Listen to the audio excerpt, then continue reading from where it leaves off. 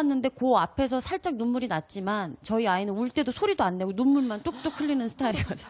속상해. 그래서 이제 그거를 선생님한테 얘기는 못 하고 이제 네. 집에 와서 저한테 얘기를 하더라고요. 근데 순간 이게 확 올라오면서 당연하죠. 이걸 어떻게 해야 될까 생각을 하다가 일단 좀 가라앉힌 다음에 선생님한테 바로 전화를 하면 그럴 것 같아서 메모를 썼어요. 네네. 그래서 다음날 선생님한테 전화가 와서 얘기를 들었는데 선생님은 모르는 일이었다고. 그래서 제가 이렇게 메모를 쓰는 모습을 애가 봤어요. 그래서 엄마가 선생님한테 이거는 얘기를 하고 있어요. 그랬더니 선생님한테 이르는 행동 하지 말라고. 네. 이렇게 얘기를 하더라고요. 그래서 이거는 네가 잘못한 일도 아닌데 이번이 처음이니? 이랬더니 한 2번 그렇게 맞은 적이 있다고. 어휴. 근데 얘기를 하면 친구가 혼나니까 네네. 그냥 자기가 듣고 자기가 발음 밟은 건 잘못한 행동이니까. 근데 그럴 때 순간적으로 그 아이나 상대 아이나 선생님한테 화가 나는 게 아니라 내 아이의 답답함 때문에 화가 나거나 막 욱하진 않으세요? 그렇죠. 아 이게 누구 닮아서 이러지? 이런 생각 순간.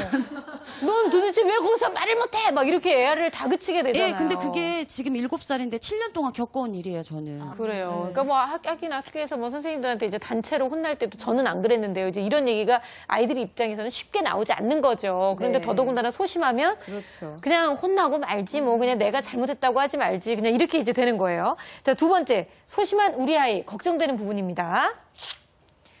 남 앞에 서는 것을 못할 때. 아, 정말 이때 진짜 답답합니다. 저희도 뭐 어린이집에서 무슨 재롱잔치 같은 거 하면서 뭐 발표회 같은 거 할 때. 네.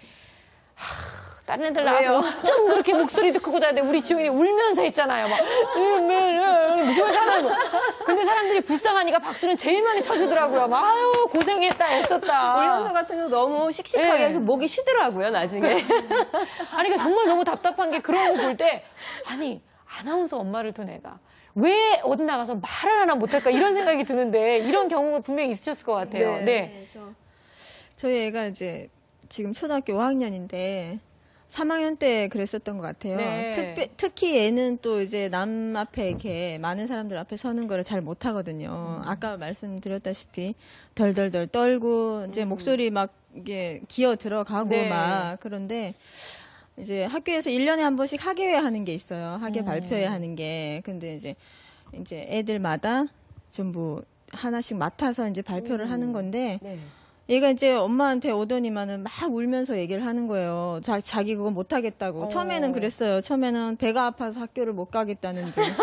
핑계를 대잖아요. 예, 핑계 머리가 아파서 학교를 못 가겠다는 둥 막 얘기를 하더니 나중에 이제 발표회 그 전날이 오니까는 자기 학교 못 가겠대요. 발표를 못 하겠대. 근데 어머님은 이해하세요 그 마음을? 저는 못하죠. 어머님은 또 그런 성격이 아니세요. 저는 어렸을 때는 조금 그랬던 것 같은데 지금은 성격이 많이 바뀌었거든요, 저도. 근데 이해는 하면서도 그게 자꾸 반복이 되니까 이제 화도 나고. 그렇죠. 예, 막 그런 거죠. 뭐가 못 나서. 예. 그렇죠? 네가 뭐가 못 나가지고 공부도 나가서 잘해요, 못해. 학교에서. 공부도 잘하는데. 예, 잘하는데 이게 발표를 못하고 하니까는 애들이 조금. 공부 잘하면 되지 또 뭘 더 바라세요? 그건 또 그렇네요. 그래, 근데 진짜 남들 앞에 서서 뭘 못할 때 너무나 속상한 일들이 진짜 있어요. 자, 소심한 우리 아이 이래서 걱정이다. 3번째를 한번 보도록 하겠습니다. 더럽거나 무섭거나 낯선 건 시도조차 안 하려고 할 때. 네, 저는 이게 어렸을 때 아기가 조금 아파서 병원에 입원한 적이 있어서 그 뒤로 이제 제가 세균에 대한 그런 감염 이런 게 좀 겁이 나서 그렇죠, 그렇죠. 그 제균 티슈 이런 거 항상 갖고 다니고 막 네, 이렇게 했었거든요. 전문 용어 나오잖아요. 제균 티슈. 그냥 물티슈가 아니에요. 제균 항상 티슈. 그래서 어렸을 때는 하는 일이 아이 장난감 소독하고 막 빨고 닦고 이런 게 어렸을 때 그러니까 제 잘못이죠. 근데 사내 아이인데 이렇게 놀이터에 나가서 놀자 해도 아니 그냥 집에 있을래 해서 왜 밖에 흙이 더럽고 먼지가 더러워. 네. 그네 같은 거 타면 손에서 이렇게 새 냄새 냄새 나고 나잖아요. 그런 거를 막 그러니까 나갔다 오면 무조건 손 발을 닦아요. 7살밖에 안 됐는데 애가 남자애가 결벽증이 있는 것도 아니고 제가 먹던 물컵에 물도 안 먹지 않아요. 맞아요. 누가 그 물컵에 입 대잖아요. 그러면 그거 안 먹어요. 네, 생수 뭐 이렇게 음료수도 누가 입이 닿거나 딴 거는 절대 먹지 않아요. 새 것만. 맞아요, 맞아요. 이게 무슨 왕자도 아니고. 우리 뒤에 우리 상호 어머님은 네, 저희 아이가 지금 초등학교 2학년인데 네. 그 아들 아이인데 어렸을 때 정말 여기 어머님 아들 A처럼 네. 되게 심했었는데 이제 학교 가니까 스스로 이제 조금 느껴서 그게 좀 덜해지는데 집에 오면 또 걔도 물 먹다가 또 세수하다가 그 튀길 수 있잖아요. 그러면 갈아입어야 되고 남자아이라 이제 소변 보다가 아직은 조금 한 그렇죠. 방울씩 네. 묻을 수도 있는데 그것도 갈아입어야 되고 그래서 저는 지금도 밖에 나가면 항상 여벌 옷을 진짜 속옷까지 다 가지고 다녀요. 근데 남자아이가 너무 이러니까 좀 네네. 같은 여자로서 이제 그런 남자 너무 싫잖아요. 앞으로 너무 짜증나죠. 걱정해요, 정말 저도. 아니 무슨 세상에 지금 이쪽에서 갑자기 문제성 발언을 하셨어요. 뭐라고 하셨어요? 아니 근데 왜 그렇게 키웠어? 갑자기 이러시는데 뭐 정말 조금이라도 좀 이렇게 어떻게든 이 소심한 걸 버려보게 하기 위해서 뭐 태권도도 보내고 목소리 크게 하는 웅변학원도 보내고 별거 다 해보시잖아요.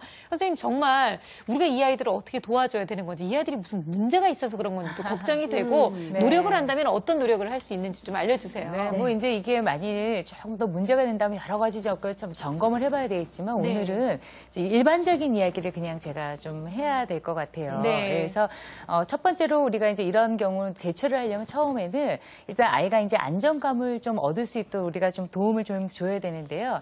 아이가 느끼는 압박감을 잘 알고 공감해 주시는 게 필요합니다. 그러니까 사실 아이들은요 다 잘하고 싶고 자기도 다 만지고 싶고 뽀뽀하고 싶어요. 그런데요 이게 가슴속에 이 차오르는 이 압박감과 긴장감 때문에 이걸 해나가지를 못하는 거예요.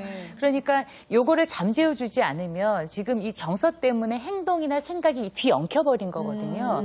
근데 정서를 몰라주고 계속 왜 못하니 돈 줄게 해줘라 뭐 이런 식으로 예를 들자면 이제 이렇게 하게 되면은 오히려 가슴속에 이 압박감이 더 차올라요. 그렇기 때문에 오히려 너무 싫지. 너무 이거는 싫은 거야. 너 이게 너 병균이 이렇게 될까봐 너 걱정되지. 그래서 일단은 먼저 정서를 충분하게 이렇게 제자리에 갈 수 있도록 이게 좀 이렇게 수치를 낮춰주시는 네. 거. 이제 이것이 이제 중요하고요. 그래서 두 번째로는 억지로 뭘 시키지 않으시는 게 좋습니다. 그러니까 억지로 시키게 되면은요, 아이들은 아까도 말씀드린 잘하고 싶지만 이 아이들에게서 이게 충분히 되려면 뭐가 보장이 되어야 되냐면 안전감이라는 게 보장이 돼야 돼요. 네. 그러니까 이래도 난 안전해. 그렇죠. 이런 게 보장이 돼야 되는데 이거를 지금 막 불안해 죽겠는데 막 더 억지로 인사해. 저희 상담센터면 다 배꼽 인사를 그렇게 시키세요. 아니 인사 안 순간에 하는 아이들의 애들. 기본적인 요건이겠죠. 네, 네. 그래서